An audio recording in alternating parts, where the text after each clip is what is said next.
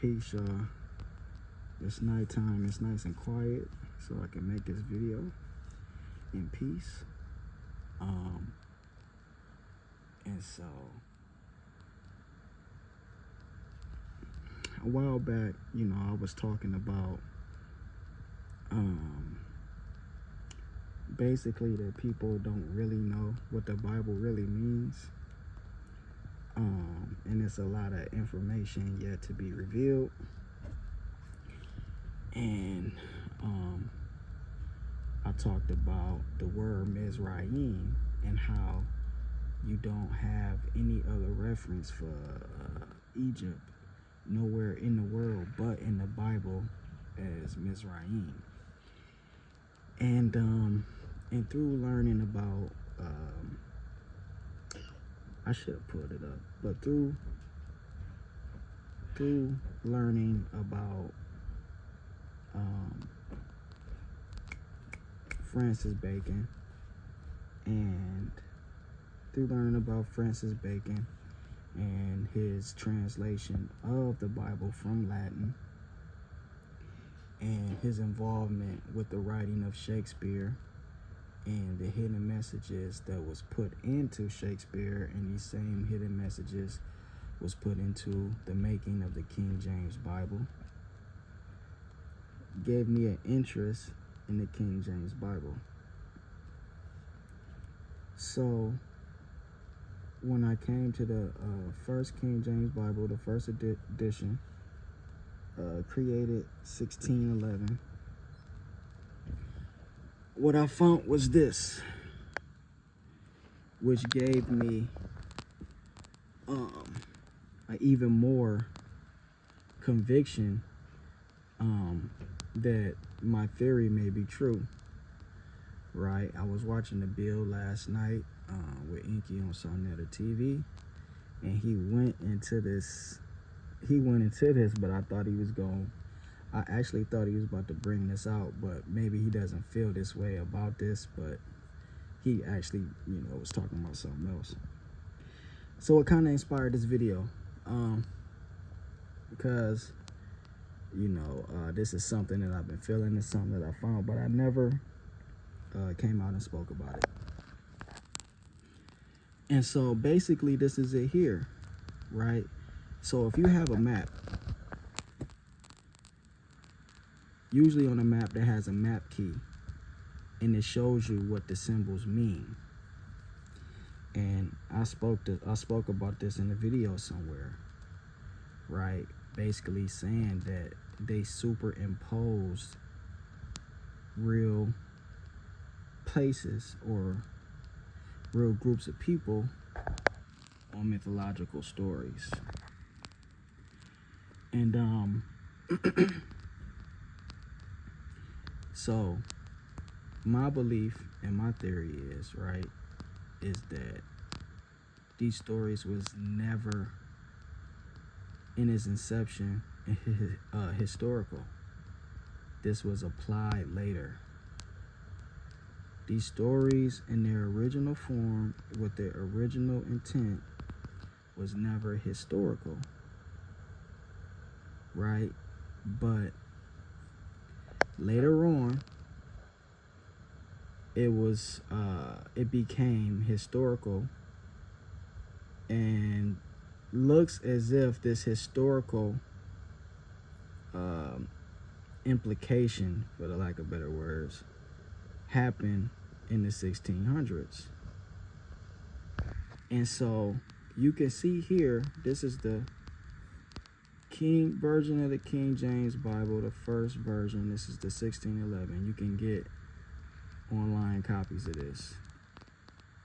So right here, it shows you, they're showing you the biblical names, and they're placing who is who and what is what.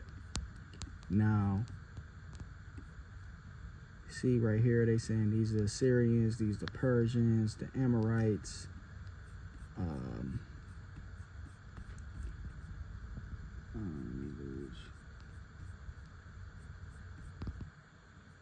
the Egyptians, the Ethiopians, right?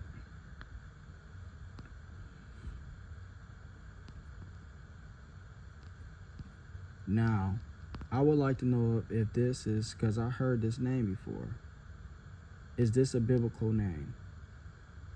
Is this a biblical name, or is this a name that was commonly called by Ethiopians before the Bible?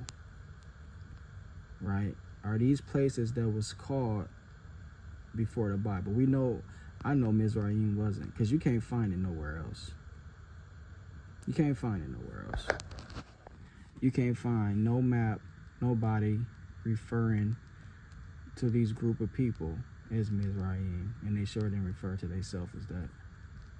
Right? So this is the map key right here. They have to place this here, because if this what it was, then there would be no need to superimpose these names on them. Because a group of people, no matter what language they speak, whatever that group of people was called, or what they're commonly known as, or whatever the place is, you're going to call it what that name is. You don't make up a new name for it, right? There's no translation of any group of people. What those people name is, or what that country name is, that's what it is, no matter what language you speak. And so, you know, this will be hard to accept for a lot of people. No matter what your perspective is, this will be hard to accept. This will be hard to accept for a lot of people, because a lot of narratives come crumbling down when you realize that, okay, these stories doesn't take place with these actual people, meaning that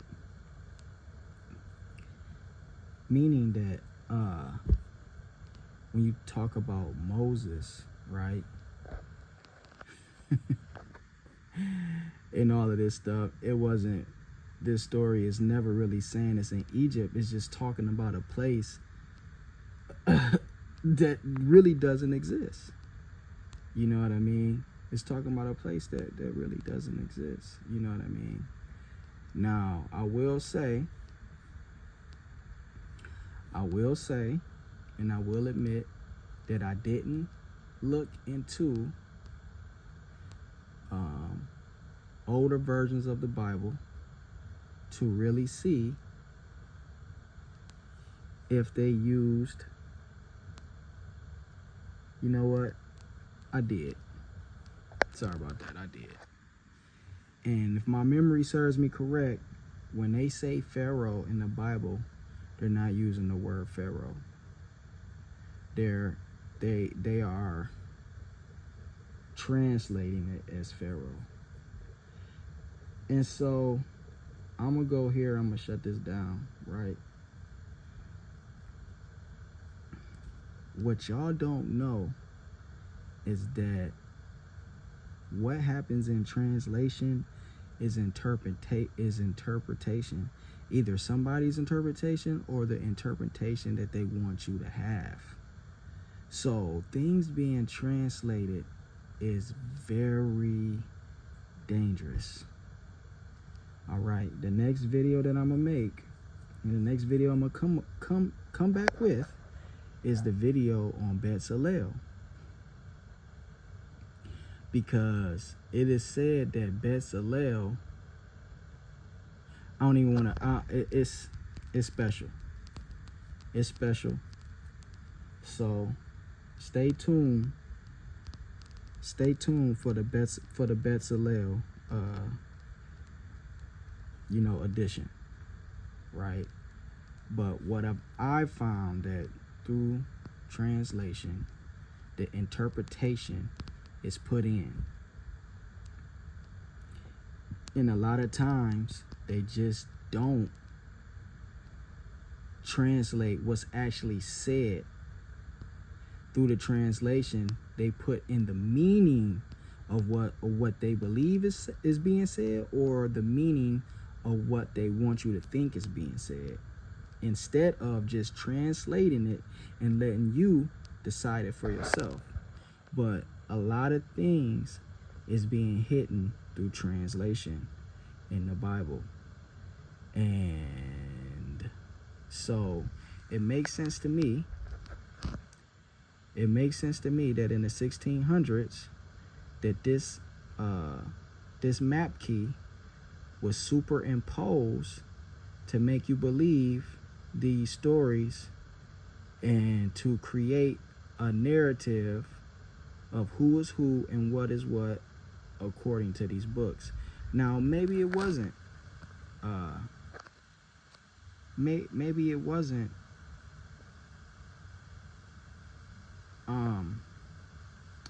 Maybe it wasn't started in 1600s. Maybe it started back in 500 BC. 400 BC. Maybe it started then. But what I can tell you is that through interpretation, through translation, interpretation is put in. And what I can tell you is that obviously these things are superimposed on stories that was never meant to be taken literally or as real historical facts, right? And obviously there are hidden meanings, symbolic meanings. Oh man, I got so much more. I got a couple more things I wanted to talk about, and I didn't want to make this long, right? Because obviously the person who translated this, Francis Bacon, was said to be part of a secret society and who was very intelligent and who was very learned and skillful and who was very masterful. So right here, I gotta get this. Y'all gotta get this right here.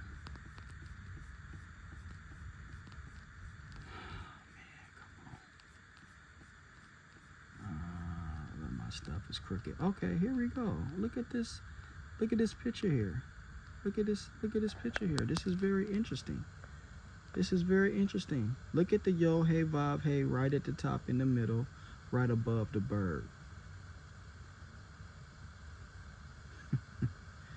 Look at the yo, hey, vav, hey right there. But the whole time, they never translate God in this English version as yo, hey, vav, hey. They never say Adonai. They never say Elohim. Because different names of God is used for different purposes. To denote, a different meaning. But look at the yo, hey, vav, hey. So what a lot of people don't know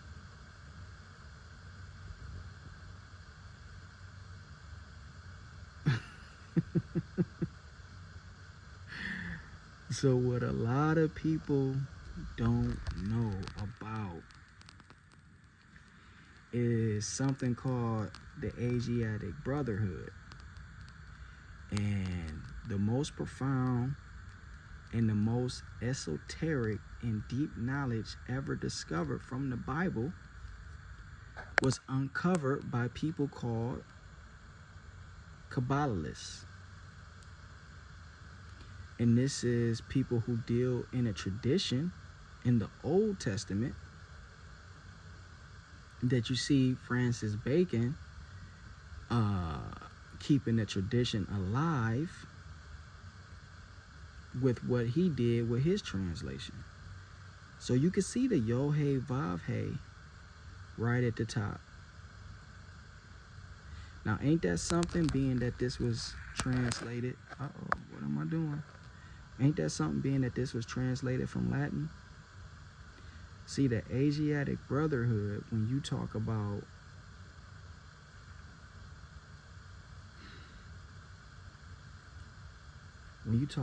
things like the Golden Dawn,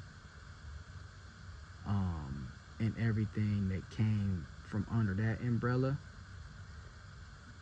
that's where they got their knowledge from a group of people called the Asiatic Brotherhood. And what's not commonly spoke about is the Jewish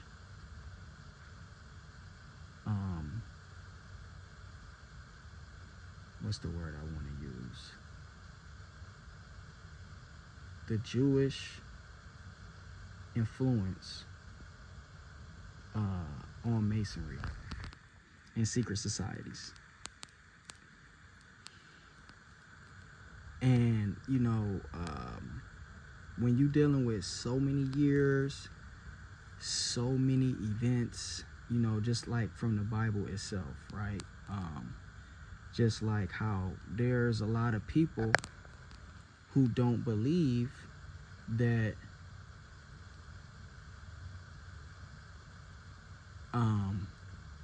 like Hellenistic culture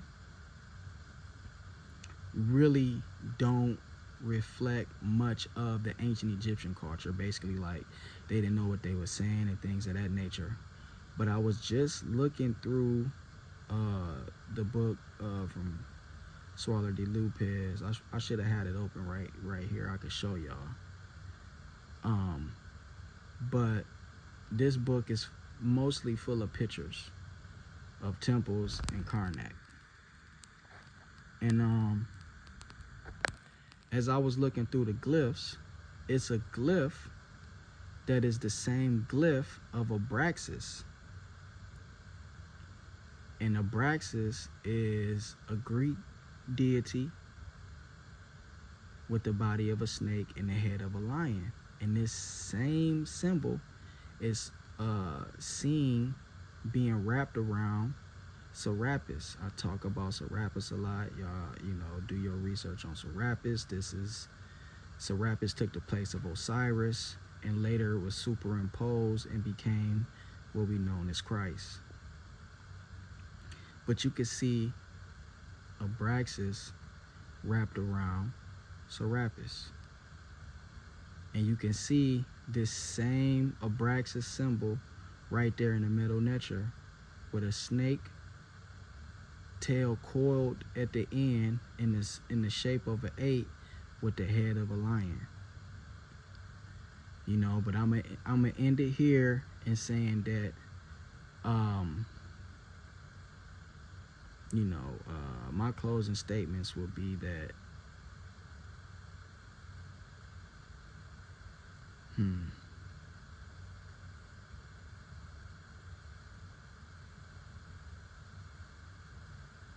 wow. My closing statements will be that I'm obviously gonna have to come back and I'm obviously gonna have to come back and really present this information better. It's been a while since I posted. Like I said, this video was inspired. And look at the yo hey Bob hey. Look at the yo hey Bob hey. That's crazy. That's crazy, family. Yeah, I'm out though. Y'all be easy.